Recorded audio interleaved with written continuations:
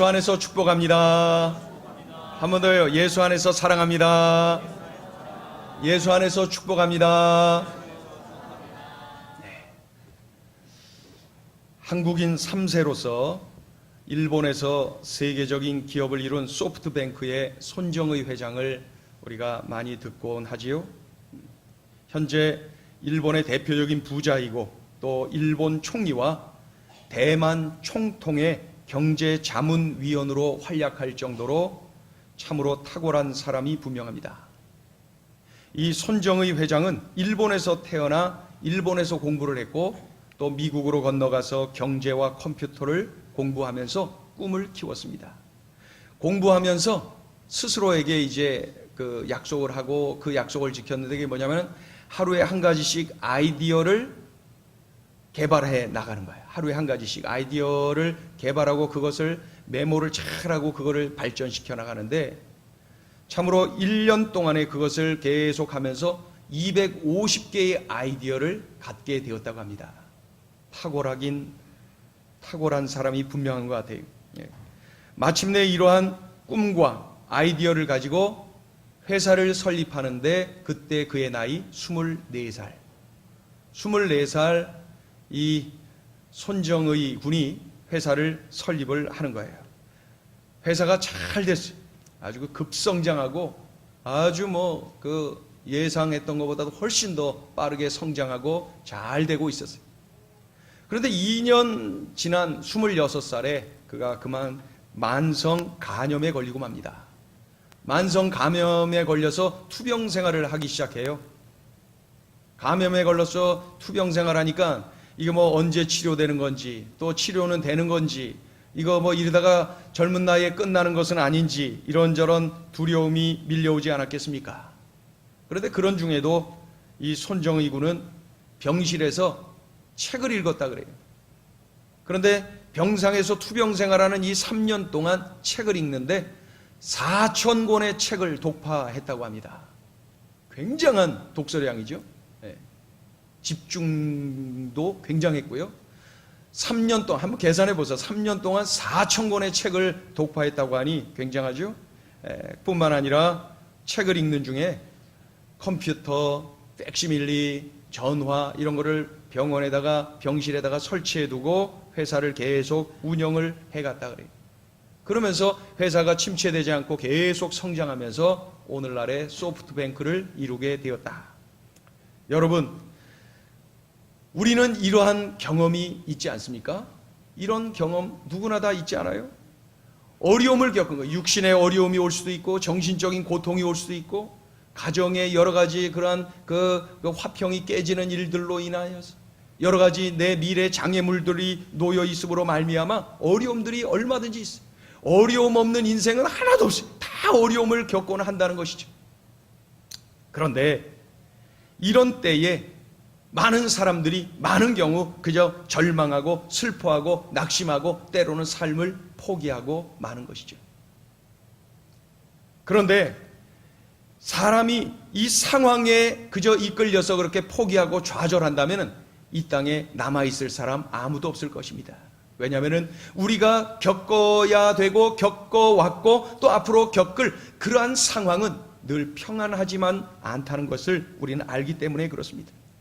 많은 경우 교회 나와서 주일에 예배하고 또 예배하고는 하지만 내가 예수님 믿어요 하고는 하지만은 어려움이 밀려오면은 막 신앙이 송두리째 막 흔들흔들 휘청휘청하다가 넘어지는 경우도 많이 보지 않습니까? 그래서 그 열심히 던 분이 어느 날 하나님 소용없어요, 교회도 아무 필요 없어요 그러면서 그냥 한순간에 다 무너지는 그런 모습을 볼 수가 있어요. 그 정도로 이렇게 고난, 고통, 환난 이것이 우리에게 주는 타격이 크다는 것 우리는 부인할 길이 없어요.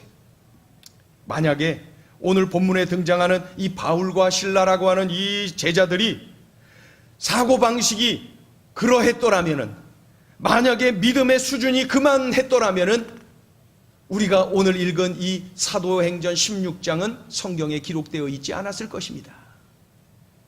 사도 바울 일행이 여종을 만나요. 어떤 여종이에요? 귀신 들려서 점을 치는 여종입니다. 그 여종이 귀신 들려서 점을 쳐요. 그래서 주인들이 그 귀신 들린 여종 때문에 돈을 버는 거예요. 아마도 동업을 했던 것 같아요. 동업. 그래서 이 주인들이라고 표현이 되어 있는데 귀신 들린 여종에게 점을 치게 해서 복채를 받아서 다 챙기는 거예요. 주인들이. 이 귀신 들린 여종은 그저 노예가 돼갖고 그저 귀신에 이끌려서 점만 쳐주는 것이죠. 이게 얼마나 불쌍한 인생입니까?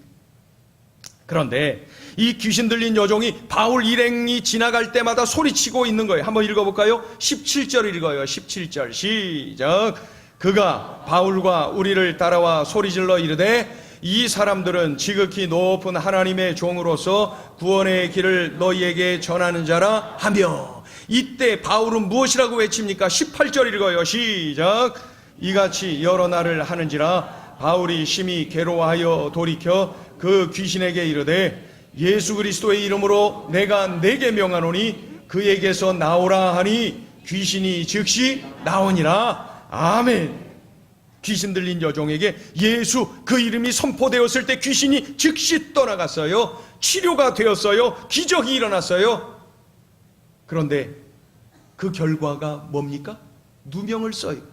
실컷 얻어맞아요. 감옥에 들어가요. 뭐 이래요? 에? 좋은 일 했는데 칭찬은커녕 얻어맞아요. 감옥에 들어가요. 이거 뭐 이래요 이거? 에? 이거 얼마나 억울합니까? 얼마나 억울합니까?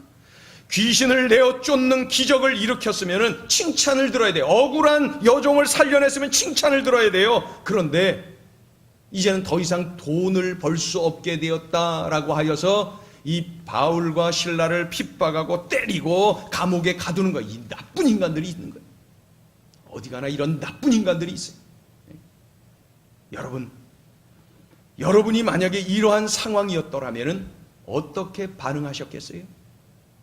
내가 바울이라면은, 내가 실라라면은 어떻게 반응을 했겠습니까? 핍박자들에게, 그리고 하나님께 어떻게 반응하셨겠어요? 이런 환경 속에서 바울과 실라의 태도는 오늘 우리에게 크게 도전이 됩니다. 그들을 통해서 오늘 우리에게 주시는 소중한 메시지가 있어요. 정말 중요한 메시지가 있어요. 첫째는 뭐냐면은 하나님께 집중하는 것이 성숙이다.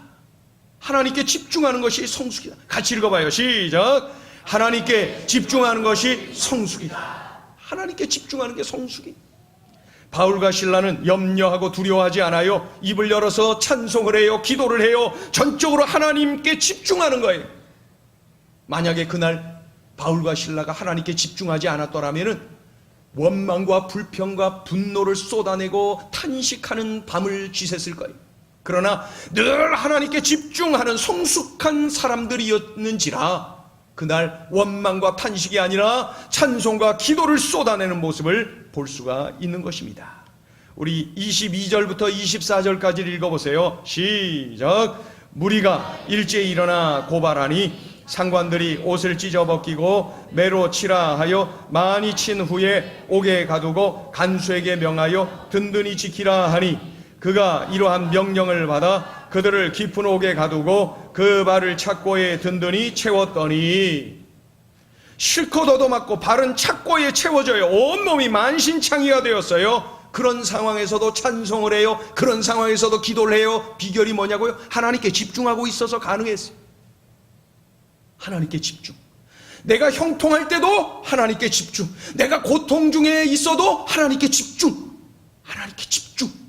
언제나 하나님께 집중하니까 이렇게 찬송과 기도가 쏟아져 나올 수가 있었던 것입니다. 자, 25절 읽어봐요. 시작. 한밤중에 바울과 실라가 기도하고 하나님을 찬송하며 죄수들이 듣더라. 바울과 실라는 가장 비참한 그 시간에 기도하고 찬송, 가장 억울하고 낙심이 되는 그 자리에서 찬송하고 기도합니다. 어떻게 그럴 수 있었느냐고요? 하나님께 집중해서 가능했어요. 하나님께 집중해서 가능했어요. 사도 바울은 사실 어떤 계획을 가지고 있었냐면은 아시아 지역을 먼저 전도하려고 마음에 작정했어요. 아시아 지역을 먼저 전도해야지. 아시아 지역을 전도하려고 작정을 하고 있는 판에 성령께서 아니라는 거예요. 성령께서 유럽으로 가서 전하라는 거예요. 아시아에서 복음 전하는 걸 막으시고 유럽으로. 그래서 환상을 통해서 마게도냐, 저 유럽 초입의 마게도냐 사람이 어떻게 해요? 건너와서 우리를 도우라 손짓하는 그런 환상을 보여주시면서 성령께서 아시아 전도를 막으시고 유럽으로 가라. 사도 바울을 유럽으로 모시는 모습을 볼 수가 있어요. 그러니 어떻게 해요? 순종하고 아시아를 뒤로 하고 유럽으로 향하여서 복음을 들고 나간 거예요. 그런데 이 유럽 초입에, 유럽 사역 초기에 어떻게 이런 일이 일어납니까? 자, 읽어보죠. 16장 6절 7절 읽어봐요. 6절 7절 시작. 성령이 아시아에서 말씀을 전하지 못하게 하심으로 그들이 부르기아와 갈라디아 땅으로 다녀가 무시아 앞에 이르러 비두니아로 가고자 했으되 예수의 영이 허락하지 아니하시는지라. 6절에 보니까 성령이 아시아에서 복음 전하지 못하게 했다. 7절 마지막에 보니까 예수의 영이 허락하지 아니하시는지라. 철저하게 성령께서 아시아 전도를 막으시고 유럽으로 모시는 그러한 모습을 볼 수가 있어요. 순종하고 그래서 유럽으로 간 거예요. 그런데 가라고 할 때는 언제고 갔더니 이런 고통을 주시는 건 또 뭡니까? 하나님 이럴 수 있습니까? 하나님 너무하는 거 아니에요? 가라 해서 갔는데 어떻게 이럴 수 있습니까? 하나님, 여러분 이렇게 따질만도 하지 않아요? 억울하니까. 여러분 이런 적 없어요? 하나님의 뜻대로 내가 살았는데, 하나님의 뜻대로 내가 순종했는데 내 삶이 왜 이렇게 안 풀립니까? 내 인생이 왜 이렇게 힘들어요? 왜 이렇게 낙심되는 일이 계속되는 것입니까? 이런 적 있지 않습니까? 그런데 그런 중에도 찬송하고 그런 중에도 기도할 수 있었던 비결은 바로 시선을 하나님께 집중하는 거예요. 시선을 하나님께 고정시키는 거예요. 하나님께 늘 집중하는 거예요. 온 몸과 마음을 하나님께 집중하고 있었어요. 그러니 원망이 틈타지 못했어요. 분노가, 절망이, 낙심이 틈타지 못했어요. 오직 하나님께 집중한 거예요. 이것이 얼마나 중요한지 몰라요. 예수 믿는다는 게 뭐냐고요? 하나님께 집중하는 거지요. 예수 믿는다는 게 뭐냐고요? 나의 시선을 하나님께 늘 고정시키는 것이지요. 그래서 환경이 어떻게 되든지 간에 흔들림 없이 하나님 찬송, 하나님께 기도, 이것이 바로 예수 믿는 거지요. 우리 다 같이 한번 따라합니다. 하나님께 집중하겠습니다. 우리 옆에 있는 분에게 알려주세요. 큰 소리로 하나님께 집중합시다. 더 크게 알려주세요. 하나님께 집중합시다. 하나님께 집중하면은 바로 이렇게 성숙한 믿음의 사람으로 설 수 있는 거예요. 자, 둘째 주시는 메시지가 있어요. 하나님을 기대하는 것이 성숙이다. 같이 읽어볼까요? 시작. 하나님을 기대하는 것이 성숙이다. 이 바울과 실라의 가슴 속에 복음을 전해야 한다는 것, 그것밖에 다른 생각이 없어요. 생명을 살려야 된다는 것 외에 다른 생각이 없어요. 그러나 이들은 지금 억울하게 붙잡혔어요. 얻어맞고 감옥에 들어가 있어요. 너무 답답하지 않아요? 지금 시간이 촉박한데 한 영혼이라도 더 살려야 되는데 어떻게 하나님 이러실 수가 있어요? 감옥에 가둬놓으면 내가 뭘 하라고요? 이거 말이나 되는 것입니까? 하나님 이렇게 항의하고 싶지 않았겠습니까? 그런데 놀라운 것은 그 감옥 안에서 엄청난 일이 일어나요. 예? 감옥 안에서 그 간수와 간수의 가족들이 다 구원받는 놀라운 역사가 일어나요. 하나님의 방법은 예측 불허라니까요. 우리 하나님 이렇게 하시다니, 아유, 우리 하나님 참 놀라운 하나님이 분명해. 어떻게 이러실 수 있어요? 그곳에 가면은 복음 전파가 막히는 줄 알았는데, 생명 살리는 일이 중단되는 줄 알았는데, 어떻게 그곳에 가서 그 공무원을, 빌립보 지역의 공무원과 그 가정을 이렇게 전도하는 일이 벌어집니까? 하나님, 감옥 안에서 지진이 일어났어요. 옥문이 막 열리고요, 막 묶여있던 것이 다 풀려지는 일이 일어났더니 죄수들이 막 흩어져서 도망친 거예요. 지키던 자가 그 죄수들을 놓치면은 어차피 간수는 죽게끔 되어 있어요. 대신해서 죽는 것이 그 당시의 법입니다. 그러니까 자결을 하는 거야. 어차피 죽는 건데 뭐 다 도망간 줄 알고 자결을 하려고 했을 때 바울과 실라가 소리치죠. 멈춰라, 우리가 나가지 않고 여기 있다. 그랬을 때에 이 간수가 그들 앞에 나와 무릎을 꿇죠. 그로 인하여 그가 예수님을 영접하게 되고 그 가정까지도 모두가 예수님을 영접하고 그날 세례를 받는 모습을 볼 수가 있습니다. 온 가문이 뒤집어지는 역사 일어날 수가 있습니다. 어느 환경에서나 하나님을 기대할 때에 우리가 찬송과 기도가 나오고, 역시 우리 하나님은 우리가 기대할 때 그 기대를 저버리지 아니하시고 놀라운 역사를 이루시는 것을 볼 수가 있어요. 여러분, 환경이 어려워졌어요? 절망이 밀려왔어요? 그러면은 다 놓쳐도 놓치지 말아야 될 것이 있는데, 그것이 바로 하나님을 향한 기대감입니다. 하나님이 어떻게 역사하실까? 하나님이 어떻게 역전을 시켜주실까? 하나님이 나를 이 상황에서 어떻게 이끄실까? 하나님을 향한 기대감을 놓쳐서는 안 돼요. 예수 믿는다는 게 뭐냐고요? 어느 환경에서나 하나님을 향한 기대감을 붙잡는 거죠. 예수 믿는 사람은 그래서 환경에 지배당하지 않고 늘 참으로 믿음으로 승리하는 모습을 볼 수가 있어요. 어떻게 그럴 수 있어요?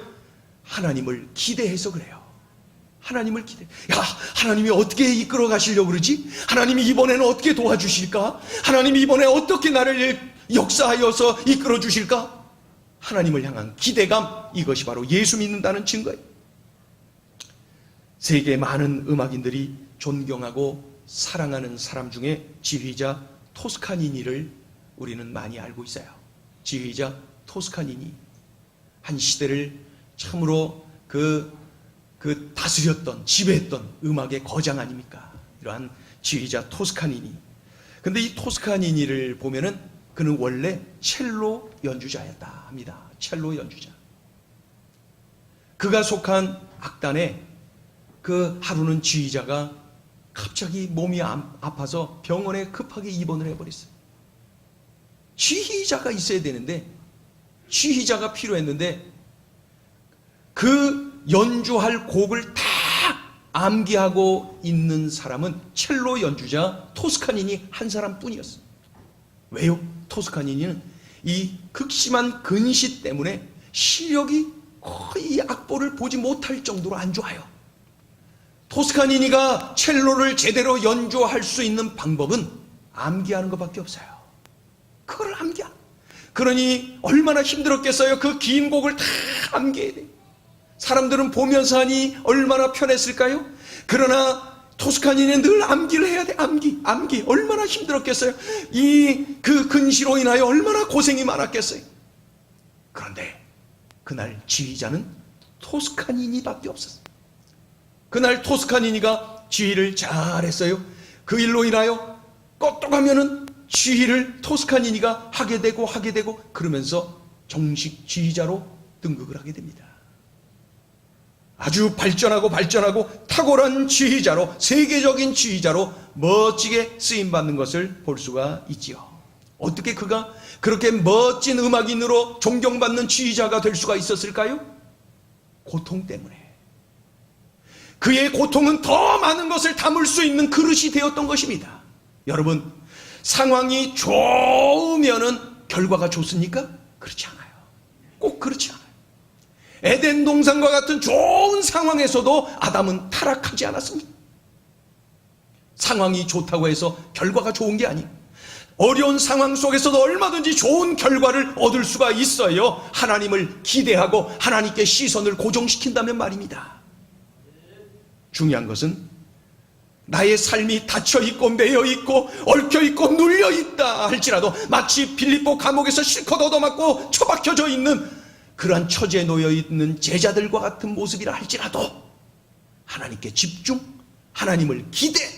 그럴 때 우리 하나님은 기대를 저버리지 아니하시고 우리의 삶을 놀라운 은혜로 역전시키시고 이끌어 가신다는 것 확신하시고 주님께 집중하고 기대하시기를 예수의 이름으로 축원합니다.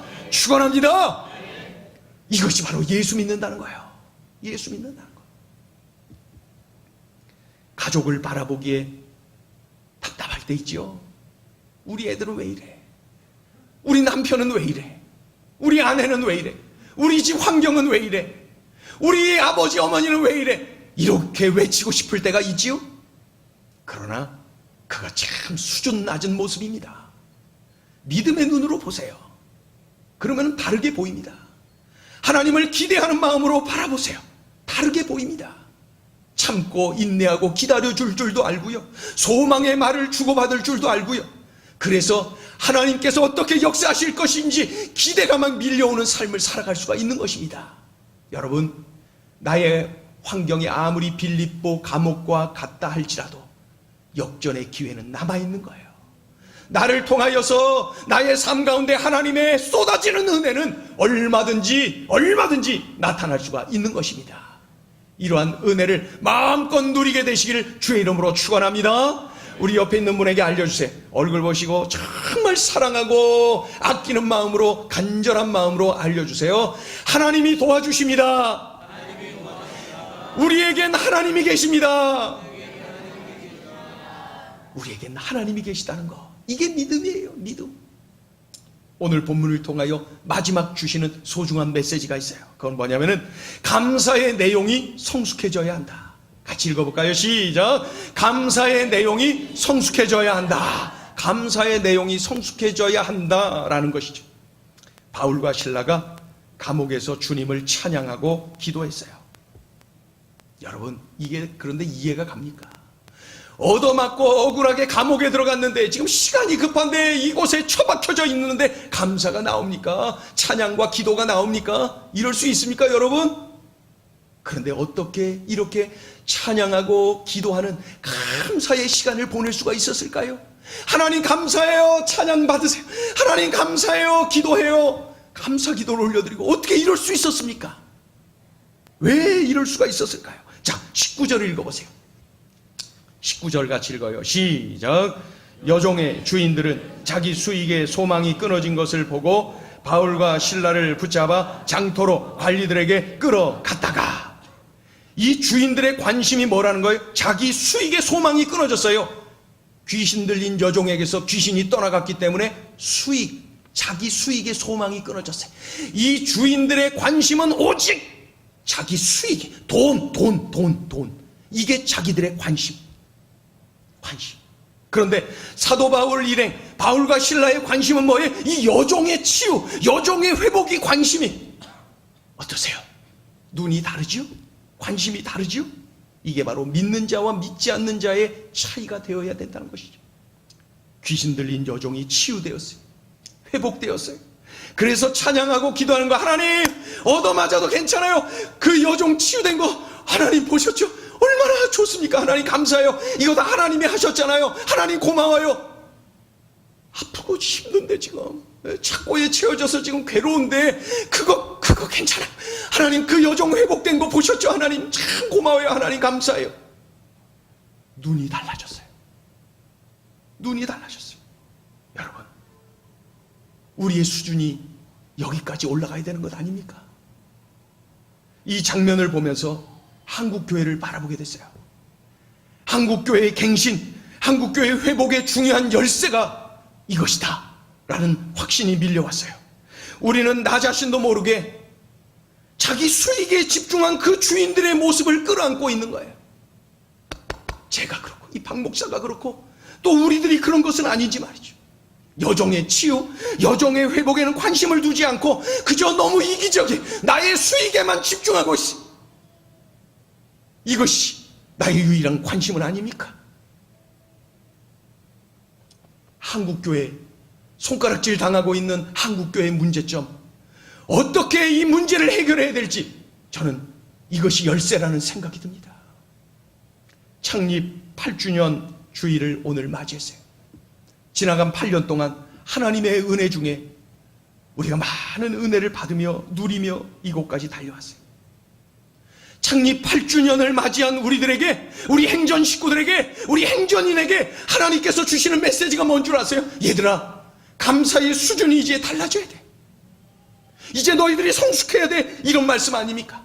자기 수익에 머물러 있는 것이 아니라 우리의 관심이 여종의 치유, 여종의 회복으로 바뀌어야 된다는 거예요. 이렇게 달라져야 된다는 거예요.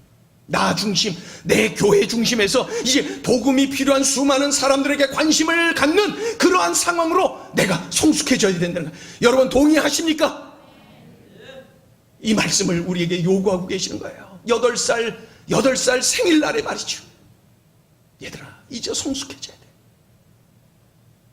나만 좋사오니, 우리만 좋사오니, 이대로가 좋사오니 하면서 그 수준의 그 자리에 머물러 있지 말라는 거예요. 이제 그거 벗어나라는 거예요. 다른 사람이 잘 되는 것을 도우라는 거예요. 다른 사람이 잘 되는 것을 기뻐하라는 거예요. 다른 사람이 잘 되는 것을 감사하라는 거예요. 그것을 보고 감사하는 수준으로 뛰어올라라 라고 우리에게 요구하고 계시는 거예요. 며칠 전에 2월 5일에 기윤실 기독교 윤리 실천 행동이라고 하는 단체에서 이제 한국교회 그 정결을 위해서 애쓰는 단체 아닙니까? 그 단체에서 한국교회에 대한 그 신뢰도를 조사했어요. 작년에 조사한 거를 그동안 쭉쭉 자료를 분석해서 이제 결과를 2월 5일에 발표를 한 거예요.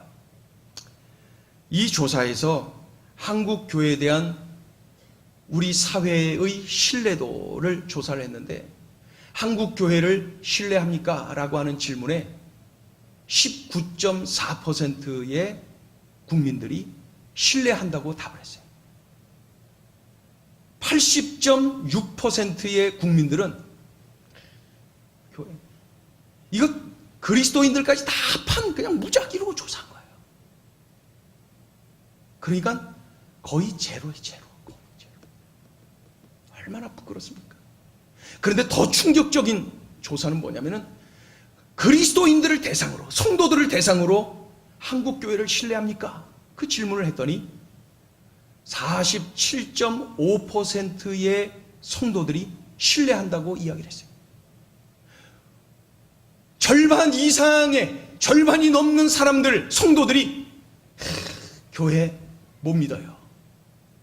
교인들이 교회를 못 믿는 그런 지경에 놓여 있다는 거예요. 그 통계를 바라보고 정말로 가슴으로 울었어요.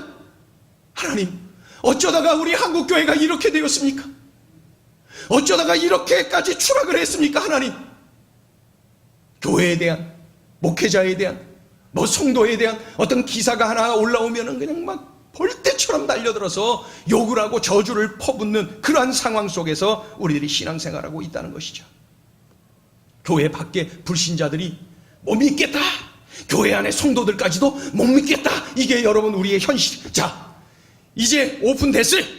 이거 기윤실에서 조사한 것 이미 다 며칠 전에 시사저널이라고 하는 잡지를 통해서 다 오픈됐어요. 제가 이 통계도 시사저널 거기서 보고 기록을 하는 거예요. 자, 이제 어쩌라고요? 이런 지경에 우리가 놓여 있는데 이제 어떻게 해야 됩니까? 우리가 이런 상황에서 8주년 생일을 맞이했는데 그저 80년, 800년 계속 가기만 하면 되는 것입니까?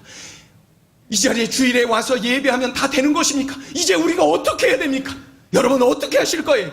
이제 어떻게 살아야 됩니까? 우리가 이 문제를 어떻게 해결해야 됩니까? 오늘 주신 말씀, 이것이 해답이에요. 아무리 생각해도 이거 외에 길이 없어요. 자기 수익에만 관심 갖는 이 수준 낮은 모습에서 이제는 여종의 치유, 여종의 회복으로 관심을 바꿔야 돼요. 나 때문에 누군가가 잘 됐어요, 치유됐어요, 그걸로 인해서 기뻐하고 그걸로 인해서 하나님 앞에 감사하는 수준으로 내가 성장해야 돼요. 내가 손해보고, 내가 핍박받고, 내가 감옥에 들어가고, 내가 어떻게 된다 할지라도 괜찮아요. 나 때문에 누군가가 회복이 된다면, 나 때문에 누군가가 기뻐한다면 하나님 그것 때문에 기뻐요, 감사해요. 이제 한국교회는 그것을 붙잡아야 됩니다. 그것 외에 길이 없어요. 이러한 수준에 이르기를 하나님께서 우리들에게 오늘 도전하고 계시는 거예요. 얘들아, 생일 축하한다. 행전 자녀들아, 생일 축하한다. 그런데 말이야, 이제는 성장해야 돼. 이제는 성숙해져야 돼. 자기 수익에 집중하는 삶 살지 말아라. 여종의 치유, 여종의 회복을 바라보며 기뻐하고, 내가 손해보는 것 바라보지 말고 여종의 치유, 회복을 바라보며 춤을 추는, 감사하는 그러한 성숙한 성도로 자라나야 한다. 8번째 생일날에 우리들에게 도전하시는 주님의 음성입니다. 그런데 이게 쉽습니까? 이게 쉽습니까, 여러분? 이렇게 사는 게 얼마나 힘들겠어요? 그래서 십자가를 지고 가는 거예요. 그래서 십자가를 지고 가는 거예요. 그 십자가가 뭐냐고요? 사명을 상징하는 거예요. 십자가는 사명이, 이 사명의 십자가를 내가 지고 가는 것이죠. 우리가 이 찬양을 함께 하려고 하는데 오늘 주신 이 말씀을 붙잡고 우리가 결단하면서 이 찬양을 해야 돼요. 하나님께 집중할게요. 하나님을 기대할게요. 하나님, 그리고 이제 감사의 수준을 높일게요. 그래서 사명의 십자가를 지고 믿음의 길을 갈게요. 주님, 지금 한국교회가 이렇게 추락되어 있는데 다른 사람 뭐라 할 것 없어요? 나 때문에 한국교회가 이렇게 된 거예요. 나 때문에 하나님 영광 가리고 있는 거예요. 내가 제대로 살지 못해서 그래요. 내 탓이. 자꾸 다른 데 누구 손가락질 하지 마세요. 뭐 대형교회가 이러니 그런 거 하지 마세요.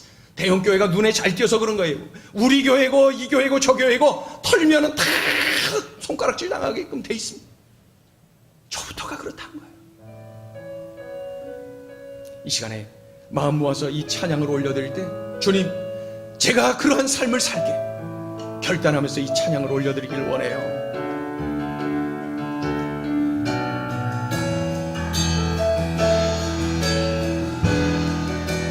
사명의 십자가를 지고 주님 달려가겠습니다. 내 마음의 주를 향한 사랑이, 내 마음의 주를 향한 사랑이, 나의 말엔 주가 주신 진리로 나의 눈에 주의 눈물 채워주소서.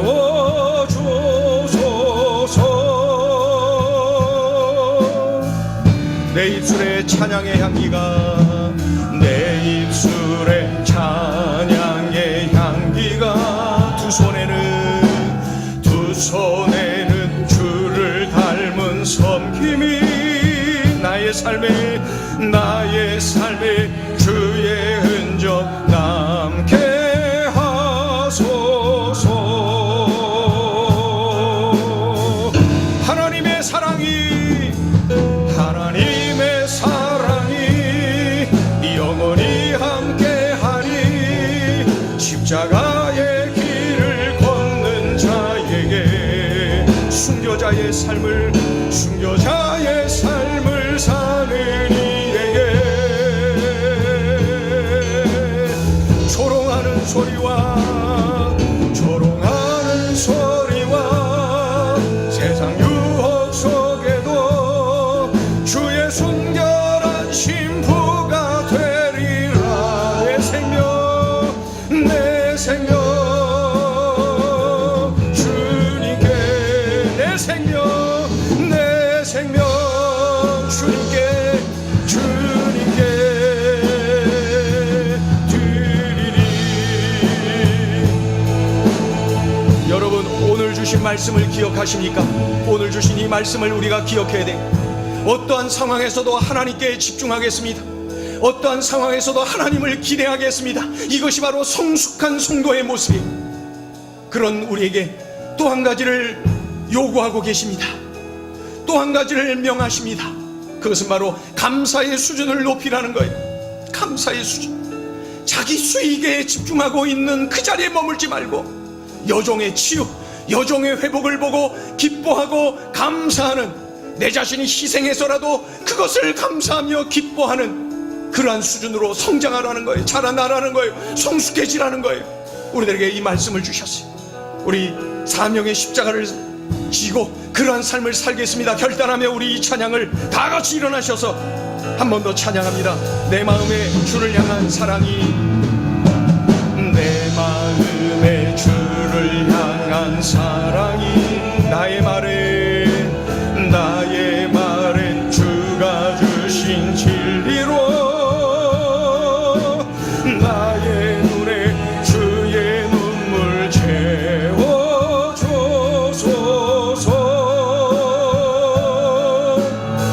내 입술에 찬양의 향기가, 내 입술에 찬양의 향기가, 두 손에는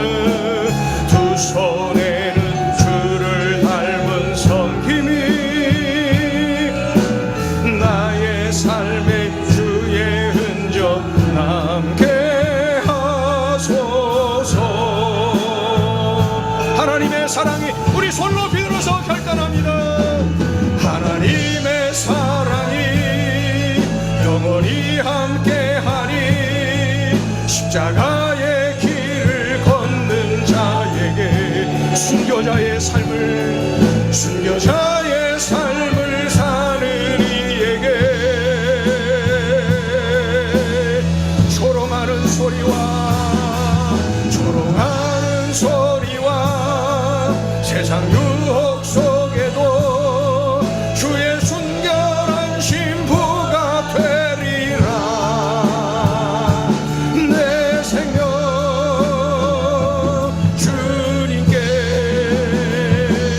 드리니 하나님의 사랑이 영원히 함께하리.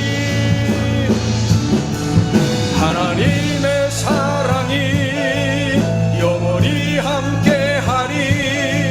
십자가의 길을 걷는 자에게 순교자의 삶을 사는 이에게 조롱하는 소리와 세상 유혹 속에도 주의 순결한 신부가 되리라. 내 생명 주님, 내 생명 주님께 드리니. 우리가 합심하여서 함께 기도합니다. 결단하며 기도합니다. 오늘 들려주신 말씀대로 살겠어요. 하나님, 꼭 이렇게 살게요. 그래서 성숙해지겠습니다. 하나님, 제가 자라나겠습니다. 하나님, 그리고 추락한 이 한국교회, 하나님의 영광을 가리고 있는 우리의 모습, 바로 나의 모습, 이제 새로워지겠습니다. 하나님, 새로워지겠습니다. 하나님, 결단하면서 간절히 마음 모아서 함께 나 자신을 위해서, 우리 행전을 위해서 한국교회를 끌어안고 간절히 마음 모아서 함께 기도하겠습니다. 할렐루야. 하나님 아버지, 은혜와 사랑을 진심으로 감사합니다. 하나님의 은혜와 사랑을 감사해요. 하나님 감사해요. 하나님 감사해요. 우리들에게 들려주신 말씀이 귀하고 하나님 아버지 들려주신 이 말씀에 순복하며 꼭 이렇게 살아내는 우리의 삶이 되게 하여 주시옵소서. 이렇게 살라 명하셔서 이것이 바로 나의 성장의 비결이에요. 하나님께 어느 환경에서나 집중하는 것, 하나님을 기대하는 것, 또 아버지 감사의 수준을 높이는 것, 하나님 나의 삶이 그러하게 도와주시옵소서. 나의 삶이 이러하게 하여 주시옵소서. 나의 삶이 이러하게 하소서. 하나님, 내가 성숙해져야 돼요. 하나님, 내가 자라나야 돼요. 하나님, 내가 이제 달라져야 돼요. 나 때문이에요. 하나님이여, 한국교회가 이렇게 된 건 나 때문이에요. 하나님, 한국교회가 이렇게 된 것이 나 때문이에요. 하나님이여, 하나님의 영광을 가린 건 나 때문이에요. 나의 삶이 그러해서 그렇게 됐어요. 하나님 용서하여 주시고 진심으로 새로워지게 하여 주시옵소서. 내가 자라나게 하여 주옵소서. 어느 환경에서나 하나님을 집중하고, 어느 환경에서나 하나님을 기대하고, 어느 환경에서나 감사의 수준을 높이는 하나님의 이타적인 감사의 삶을 누리게 하여 주시고, 우리 하나님께 영광 돌리는 우리의 삶이 되게 도와주시옵소서. 하나님 의지합니다. 우리 하나님 꼭 이렇게 살아내게 하소서. 우리 가정이 이렇게 살게 하소서. 하나님, 우리 행전의 모든 성도들이 이렇게 살아내게 하여 주시옵소서. 이렇게 살아내게 하여 주시옵소서. 하나님 아버지, 추락할 대로 추락해진 이 한국교회의 초라한 모습, 나 때문입니다. 내가 올바로 믿음 생활하지 못해서 그렇습니다. 내가 하나님의 영광을 가려서 그렇습니다. 내가 하나님을 집중하지 못하고, 내가 하나님을 기대하지 못하고, 내가 자기 수익에만 집중한 그런 모습으로 살아서 그렇습니다. 하나님 이제 달라지게 하소서. 이제 새로워지게 하소서. 이제 하나님 앞에 올바로 서게 하여 주시옵소서. 하나님 꼭 이렇게 살아내게 하소서. 하나님, 그리하여 나의 삶이 달라지고, 그리하여 나의 인생이 달라지고, 우리 가정이 달라지고, 우리 교회가 달라지고, 우리 한국교회가 달라지고, 우리 하나님의 영광이 드러나게 하여 주시옵소서. 하나님이여, 지나간 8년 동안 하나님의 은혜 장주에 붙잡아 주시고 여기까지 인도하여 주셨습니다. 우리 행전을 여기까지 인도하여 주셨어요. 하나님의 은혜입니다. 하나님 영광 받으시옵소서. 하나님의 행전을 통하여 영광 받으시고, 행전을 통하여 하나님의 뜻이 이 땅에 이루어지는 역사 날마다 계속해서 지속적으로 일어나게 하여 주시옵소서. 오 주여 주여 주여, 주님 영광 받으시옵소서. 우리 주님 영광 받으시옵소서.